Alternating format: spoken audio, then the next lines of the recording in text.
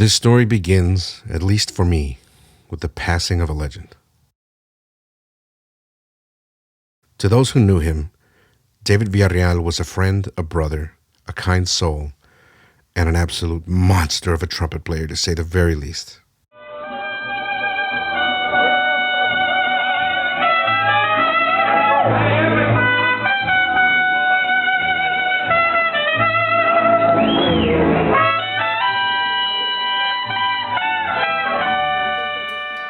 I'll only speak for myself, although I suspect it's true for many others that he was a mythic figure in terms of his ability to inspire musicians. David's sound is as much a part of San Antonio's mariachi bar as the foundation it's laid upon, and he is the inspiration for this project. David's trumpet was so ubiquitously sought after. If you listen to Tejano music or Texas mariachis at all in the last 30 years, chances are certain you already know his sound. But on December 14th, 2016, David was called home. Family, friends, and an entire community of mariachis mourned his loss. A short time after his passing, I was speaking with another pillar of the mariachi community, Jesus Guerra, who considers David to be a mentor. He reflected on what he had learned from David, what is passed on, and what has been forgotten, lost forever. He talked to me. I mean, you know how it is with trumpet players playing alongside one another. I mean, you have brief moments to talk, But anytime when we did have those downtimes, he did mention how he appreciated me and just by musicianship and what I brought to the table, If there was gigs that he was going to go to and he knew I was coming, he was like, oh man, it's going to be an easy gig, because there's some people you play with and it doesn't flow, it doesn't vibe, it doesn't, and with him and I feel like we gelled pretty good. And, but when he passed away, some of those words that he told me kind of rang, in my mind, especially at his funeral service, because, all the mariachis got together to play for him, to honor him, right? And I always remember him telling me, it's like, dude, forget everyone, man. You do it. Don't let that other guy. No, you do it, man. But so at his funeral service, there was this one part specifically on La Barca de Oro where it does that little solo in the middle, and I'm like, dude, I'm gonna take it, man. It's for him too. And it was funny, man, because it just seemed like right at that moment when it was coming, I was getting ready. I was like, I don't care who does what. But so once I brought up, it's like everyone yielded to me. It was weird, dude. It was weird because usually in those occasions, especially when you got like 15 plus trumpets, everyone wants to be the one, But it's like I was even centered right in the middle, and I just saw everyone go like. And I was like, phew. So yeah, and I gave it what I had, man. And I told the same story to his brother. Actually, I did talk to him at one point, and I told him how, I appreciated his brother because he was always one to give his knowledge, give his hey, do it like this, and because he was innovating too. He wasn't just going off of what's always been done. Special occasions, right? The special little moments in certain songs, like, hey, like I made this part, I made this little arreglito, let's try like this, play this, and on the spot, I'm like, okay, and man, it was cool. There's things that I still play today, and there's things that I still play today, and I'm passing on to the next guys. I'm like, hey, play like this. Hey, unison right here. We're gonna play and it's stuff that he taught me. So. It's still being played. His stuff that he came up with is still being played today. And this is, I can't remember when he passed away, but I want to say it was 2016. So it's been at least a good 6-7 years. And it's still living on. In those occasions, like I know this is not a part that goes there. Hence what David gave me that one time. That's nowhere recorded. He gave it to me just like that. Just like that. So when someone says, well, it doesn't go like that, well, it's not that it goes that way. It's just, that's my story of that. The notes we play are, at the very least, the thoughts, the ideas, the quotes of our teachers, our mentors, and their influences. We summon their presence with each musical passage, and by doing so, they live through us, and their stories are transformed through our playing. As musicians, we say that someone is in our ear. It means that as we play, we strive to sound like the people who inspire us, down to the very last detail. Just like Jesus, Vincent Pequeño, a local freelance artist, talks about the musicians in the past who are in his ear. I think a lot about the people that really taught me when I was growing up. I didn't really start till I was 15, and I started over here just a block away on the Riverwalk. And I've met a lot of older cats that I would say taught me a lot, you know, not just with music but with life. And yeah, the same thing, like it's like a slang, you know, like the way you play. And every time I play something, I'm reminded of the guys that taught me when I was 15, you know. Some of them have passed away, and some of them, you know, have left to go do bigger, better things, and that's fine. But every time I play, you know, I can hear them right next to me telling me something. So it's cool, you know. But what if there is no one to pass on these ideas to? What happens when there are no new musicians to hear and tell our stories? Here at Market Square in San Antonio, Texas, a change is taking place. The musicians who dedicate their lives to the art of Mexican trio are in short supply.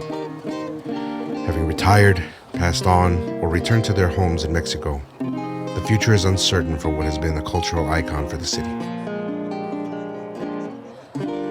I asked some of the musicians what distinguishes trio, and what is their outlook on the next 10 years for the state of the art. Bueno, en la música de trío, obviamente como son tres personas, tres guitarras, a veces dos guitarras, un bajo. El requinto, como le vuelvo a repetir, el requinto hace lo que hacen los violines y las trompetas en el mariachi, ¿verdad? La melodía. Y lo que luce aquí en el trío son las voces. Es que es un poquito más difícil, se requiere de un poquito más nada más de un poquito más de estudio, de ensayo personal, ¿verdad? Porque necesitas mucha práctica, es práctica nada más. O sea, cualquier guitarrista que quisiera hacerlo, pues nada más tiene que invertir un poco más de tiempo para poder desarrollar la práctica, ¿verdad? en el requinto. Bueno, lo que pasa es que con la música nueva que hay, la juventud está sobre ese mal pacto y todo, el conejo y todo eso. Y pues sí hay chavos que les gusta la música, pero no se dedican a esto. Aquí en San Antonio habíamos como unos, yo como en el 72, 73, habíamos como unos 15 tríos, yo creo, aquí, más o menos. Ahorita ya estamos con unos 5 o 6 tríos, 7 lo más. Pero pues como te digo, muchos ya nos hemos hecho ya grandes, no se han ido, muy buenos tríos que se han ido, requintos muy buenos que se han ido. Pues, así como estamos nosotros aquí, es muy difícil que varios que lleguemos a esa edad, nadie sabe, pero puede ser que a lo mejor, y ahora con el cambio que hubo con la enfermedad esta, pues no daban permiso a nadie de allá para venir para acá. Pero hay mucha gente que quiere venir para acá, a México, pero ahorita los permisos no los dan. Pues han pasado varias cosas. Éramos un promedio de como de 60 músicos. Ahora quedamos quizás si quedamos algunos 20 son muchos. Henry Gomez is a legend. With credits that include work with Selena, Ruben Ramos, and Sonny Ozuna, just to name a few, Henry has also spent time playing at Mi Tierra. When COVID hit, I mean, it brought it even more down, you know. And right now, the current situation, I mean, like this restaurant used to be open 24 hours for 75 straight years, and now I think they close around 10 or 10:30. So that era, it's no more. I think. I mean, I don't know if it's gonna return again the same way, but it's no. I don't see it no more. I mean, we used to be like a vibrant, and we used to come in here and boom, everybody was playing, you know, and not no more. I mean, so I think we just have to adapt to whatever's coming, you know, because the music will never die. I mean, right? I mean, like in the mariachis, I mean, I see all these young kids, right? But I think only about maybe 10% of them, I mean, really, I mean, have it in them. I mean, I don't mean the ability, I mean the drive and the fire, you know, and all that, right? Like they really want to do it, right? I mean, a lot of them, I can see they're just going through the motions, right? Often mistaken as the same genre music, mariachis are taking on the role of stewarding the art of trio. Mariachi de Mi Rancho is one such group who add to the story with their experience and their voices. Well, I think that's one of the things that we're most proud of, that when people watch us play and they see us play, that they get the emotion of that song. So if it's a romantic song, they're going to hear the pretty harmonies, nice and soft, and with projection where we can. And it's just going to be in that mood of what the song should be.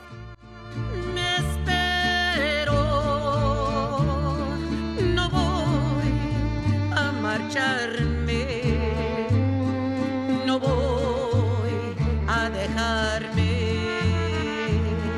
sin antes decir que lloro, que sufro al mirarte tan cerca en mis manos, sin poderte asir. Quiéreme, porque ya creo merecerte, porque ya logré ponerte en mi alma tu más grande altar. Ay, pero quiéreme.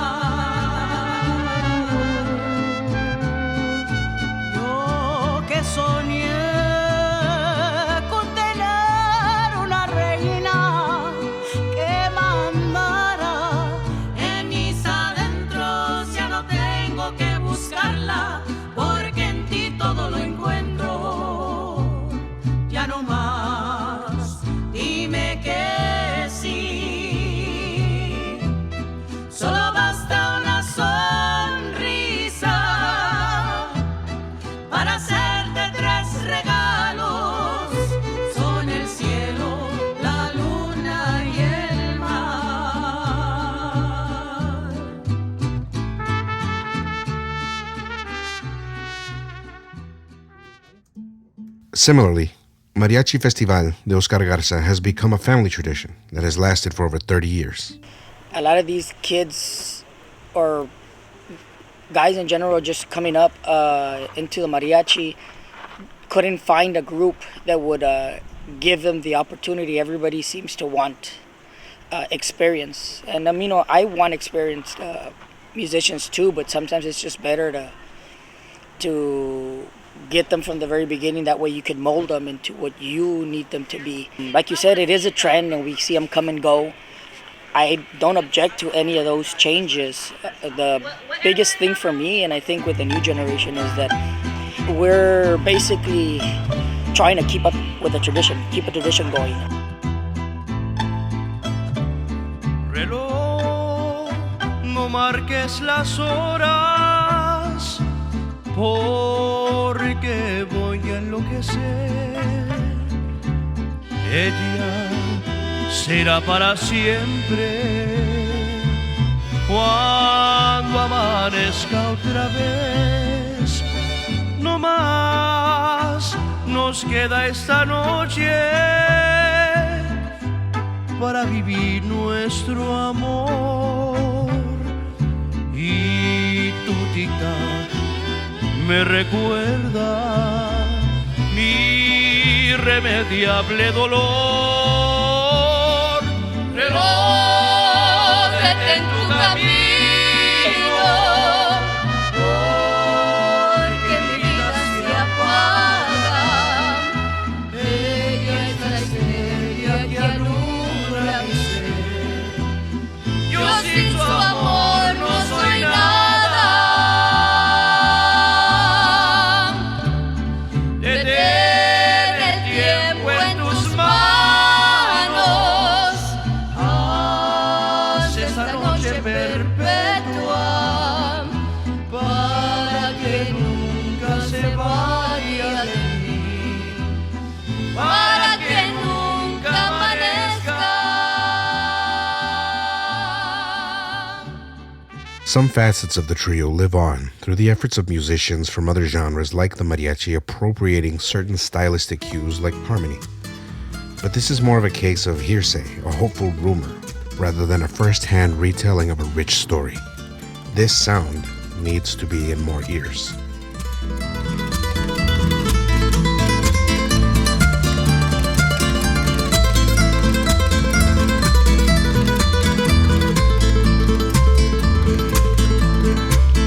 No puedo verte triste porque me mata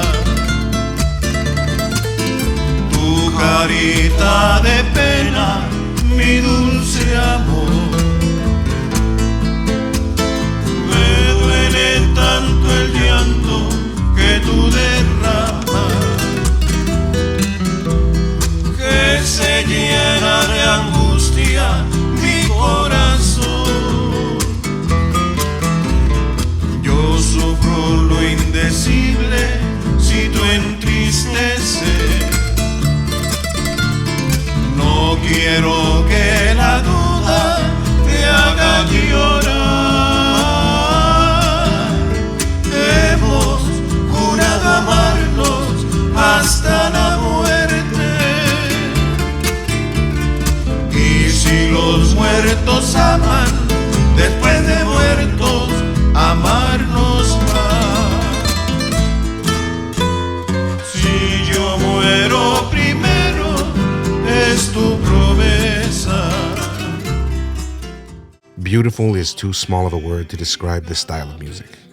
But the paradoxical insistence that there are both no new requinteros learning the art and that the music will never die is problematic. Sí. Pues mire, yo no creo que esta música vaya a dejar de existir, no lo creo, porque desde los años 50, bueno, más bien 60, que fue cuando entró el rock and roll, y decían que pues ya los tríos estaban acabándose y todo. Y desde esa fecha han venido tríos y tríos y tríos, y todos dicen, es que estamos reviviendo la música de trío. No están reviviendo nada porque no ha muerto. La música de trío no ha muerto. Mi opinión es que lo intentaran, aunque para mí, en lo personal, es un ritmo inmortal, un ritmo que no muere. This project is many things. It is a historical document, a marker of the state of the art of trio in 2023. It's for casual listeners to enjoy, for historians to keep, and hopefully to inspire young artists to take on the challenge of bringing much needed life to the Mexican trio as it exists in San Antonio, Texas. I learned a lot while completing this project, and on the night that we recorded the majority of our tracks live, I met a person who reminded me that the memories are not only for musicians to pass on. Well, I mean, first of all, they were really great. Like, they really great. And I mean, what affected me the most is the simple fact that my mother loved mariachi bands. You know, she passed away when I was 17, and so, like, I'm 40. I haven't heard a mariachi band in years because of that reason. You know, like, it was a big deal for me, you know, just not listening to them because it affected me so much. And I wasn't even gonna come here tonight. I come here all the time, and I was not gonna come here tonight. I came here tonight And I was telling my friends, I was like, I wasn't even gonna come here. And I showed up, and here we go. Here's a mariachi band. The last place I would expect to see a mariachi band I came to, and they were fantastic. They were amazing. And I couldn't help it but cry tears of joy because I miss my mom, and as every person who loses their mom does, you know, like, you know, it was tough for me. But I enjoyed every second of it. David Villarreal lives on through the melodies and the stylistic nuances passed on by those he mentored, as well as the hundreds of recordings he made. This project exists as an act of preservation, among other things. It is a telling of what was, a reflection of what is, and an inquiry into what lies ahead. With over 20 tracks featuring the artists of Mi Tierra and mariachis paying tribute to the art, as well as the stories of the artists themselves, Musica Inmortal is available for anyone to enjoy free of charge online. Tanto tiempo disfrutamos de ese amor, nuestras almas se acercaron.